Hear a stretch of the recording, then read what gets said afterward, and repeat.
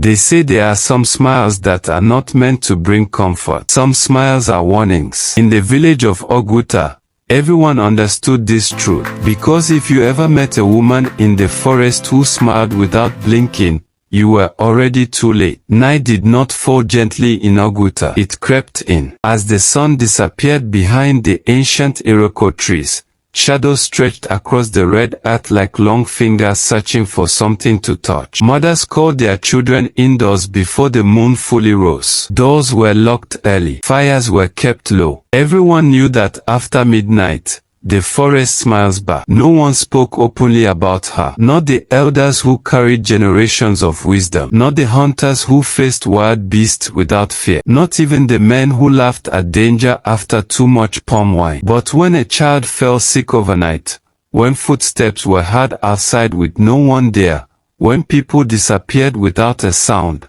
one name was whispered: Mama Ojolai. They said she was once human, a woman like any other, barefoot and beautiful, with a voice soft like river water. Some said she loved deeply. Others said she trusted the wrong people. What everyone agreed on was this: the forest took her, or perhaps she chose it. And when she returned, she was no longer the same. On the night it began, a young woman named Amora was returning late from the river. A clay pot of water rested on her head as she walked along the narrow forest path. Amora had heard the stories, but she believed stories were made to scare children into obedience. The moon that night was too bright. Its light spilled through the trees like something watching from above. Then the air changed, not with wind, not with cold, but with something deeper, something that felt like breath against the skin. Amora slowed her steps. Behind her, she heard footsteps, bare feet moving softly against the earth,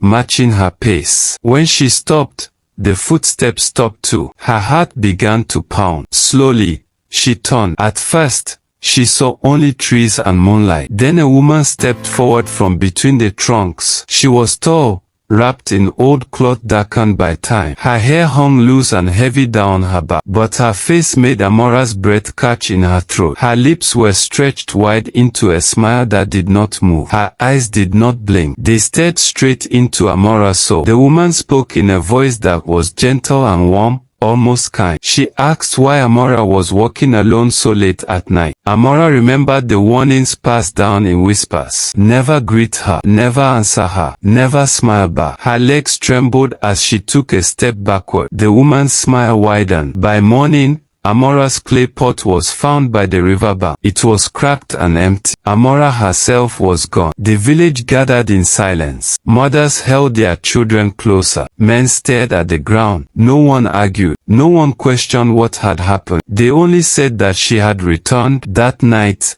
the drums were not played. No songs filled the air. Only prayers whispered into the darkness. But prayers, it seemed, were no longer enough. 3 nights later, Elder Okri, the oldest man in the village, finally spoke. His voice shook as he addressed the people. He said that Mama Ojolai does not kill quickly. She feeds on fear and on silence. He told them the truth that had been buried for years. Long ago, during a season of hunger and desperation, Mama Ojolai had been accused of bringing misfortune to the village. She was blamed, abandoned, and cast into the forest without mercy. When she cried for help, no one answered. The forest did. It taught her how to survive. It taught her how to wait. And it taught her how to smile. The elder warned the villagers that there were rules, and breaking them meant inviting her closer. No one should answer a voice calling their name in the forest at night. No one should follow a person who smiles without blinking. And if anyone ever sees Mama Ojolai,